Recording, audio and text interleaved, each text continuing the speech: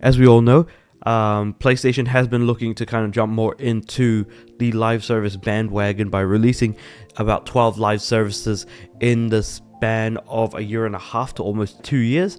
And the thing is that when we look at live services, why on earth would a single company make 12 of the buggers and have to ask people to then split their time in that way? Because you already got a limited fan base in the form of PlayStation players and PC players. How you divide them among 12 live services that you're making just doesn't feel like it would work at all. And now with Concord's failure, I think that PlayStation needs to take a good, long, hard look at themselves in the mirror and think, why are we doing this stuff? Why are we doing all this stuff related to live services? And sure, the live service push was all done during Jim Ryan's tenure, but it doesn't change the fact that it's still kind of at least being pursued to some extent.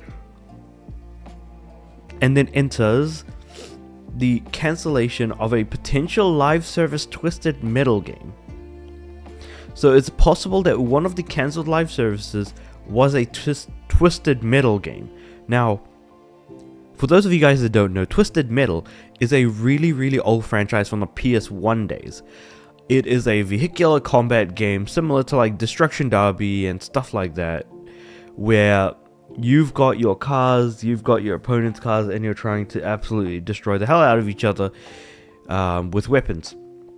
And of course, one of the main faces of the franchise is Sweet Tooth, the mass murdering clown, and he's a pretty bulky bloke at that. Now, this image right here is actually from the cover of 2011's Twisted Metal Reboot. I think it was 2011, yeah, because back in 2011, besides the massive hack on PSN that happened that shut down PSN for about a month, Sony was actually releasing exclusives every single month, and one of those months they did include Twisted Metal. So I kind of wish Sony was going back to that type of thing, because not all of their games have to be bangers.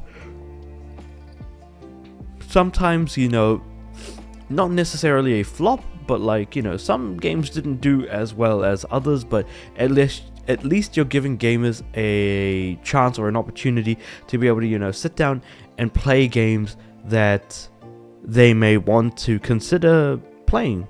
I don't know, I'm just putting it out there that maybe that might be for the better, to release more games even if they aren't as successful, that hopefully they might be able to find an audience. But anyway, this is just me kind of thinking about how Twisted Metal does deserve to actually get another game, if at all, because they've only been releasing the old PS1 Twisted Metal games onto PS Plus. Of course, that's only if you have the highest tier of PS Plus. I've just been buying the games outright because I have the lowest tier. But anyway, details of the cancelled live service Twisted Metal game have landed on the internet, despite a project that would have taken the series in a different direction from what fans have grown used to. And the controls are absolutely rubbish on the original Twisted Metals, so maybe a bit of a modernization would have been nice there as well. Also, the Twisted Metal reboot that came out before was it took itself too seriously. That did not do it any favors at all. Twisted Metal seemed perfectly set up for a triumphant return, with its TV series doing well and a reboot game in the pipeline. But now that the game has been cancelled, it may be much longer until the series is back in full force. So yeah, here we go. So as per from VGC, more details about the recently cancelled Twisted Metal reboot have surfaced, elucidating gamers on what it might have been like to play. A newly updated CV of a developer worked at UI programming, Firesprite Studio. Okay, so those are the guys that were working on it. Shows a game called Project Copper. Although the developer did not explicitly mention Twisted Metal, there are not many other titles that it could have been, since their work history matches the rumored game dev cycle, and the details of the project seem to align with the franchise. So what we're talking about here may not even technically have been anything to do with a new Twisted Metal game at all anyways. So described as a third-person vehicular combat game based on classic PlayStation IP, The shelved game had third-person shooting mechanics, seemingly a battle royale title, with the stated objective of ending up as the last one standing. And of course, there are some blurry images that are labeled under NDA, and so these are some of the images that we have here. Why is it not? Oh, yeah, here we go. Yeah, that's Sweet Tooth right there. He's got his chainsaw. Oh wait, or is this just random screenshots and not actually the images that are under NDA? I don't know, because some of it doesn't look that good, and that's why I'm like starting to question, wait, how many of these images are there that actually are from the, well, anyway, never mind. I guess I'm looking a little bit too into it. And so yeah, it has the framing of a Twisted Metal game.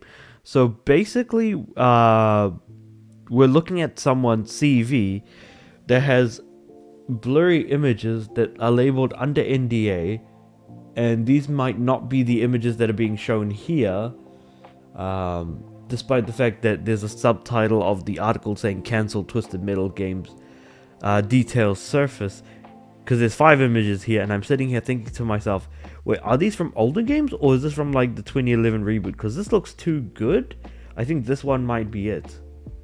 And this does very much have a Twisted Metal feel, because the character designs of Twisted Metal feel like they also belong in a game like Manhunt, for example. I mean, you can already see, say for example, Sweet Tooth here. You know, he looks like he belongs in Manhunt. I mean, you've got Pigman. Who else have you got? Oh, you've got the dude with the chainsaw as well, with the white mask, the hockey mask. Wait, does he have a chainsaw? I actually don't remember. Does the hockey mask dude in Manhunt have a chainsaw? That's a good question. I don't remember. I should go back and replay the game just to double check for myself. But Pig-Headed Man for sure is one of the dudes you just cannot mistake. But yeah, again, man looks like he's from a Manhunt game. But it's interesting to see that there's a potential that this may have been one of the games that could have potentially come out. And while that's interesting to know, it didn't have to be a live service. It could have just been a normal racing vehicular combat title. Just add a really, really goofy story that's also relatively dark, Calypso and all the rest of it. And just maybe make it in line with, like, previous Twisted Metal titles. Or just remake Twisted Metal 1. And maybe just modernize the controls. There's a lot that visual modernization and also control modernization. Yeah, that's all you need. Nothing too complicated or extreme there. So yeah, I'm just kind of interested to see what the future of Twisted Metal holds, and if there is going to be any future for Twisted Metal, because now that we're looking at PlayStation potentially tapping into older franchises, specifically platformers, like, more family titles. It'll be interesting to see if, we do see another Twisted Metal game, at least in the coming 10 years, because I honestly don't believe so. Keeping in mind that most of the Twisted Metal games, the last one that I remember that came out was in 2011, it is now 2025, and the one before the 2011 sort of PS3 release was, I think, Twisted Metal Black on PS2, which might have been 2005-ish, I want to say. So with that being said, 2005 to 2011, that's about 6 years. 2011 to 2025, it's now been 14 years. We haven't seen another game since. There have been teasers of a new game potentially, but now that we know it may have been worked on potentially, and the fact that it's also been completely cancelled leads us to believe that either someone else could potentially be working on it, or we might just never see the franchise for another 10 years. I would put my money on the latter, because Twisted Metal doesn't have a franchise. It doesn't have fans anymore. They have people who want it, and then they have everyone else. And the greater sum of individuals is the everyone else. That'll always be the case. I just kind of wonder, like, if they were to bring it back, what would be the best way in doing so? But maybe I'm just thinking a little bit too hard about it. Let me know what you guys think about all of this in the comments below.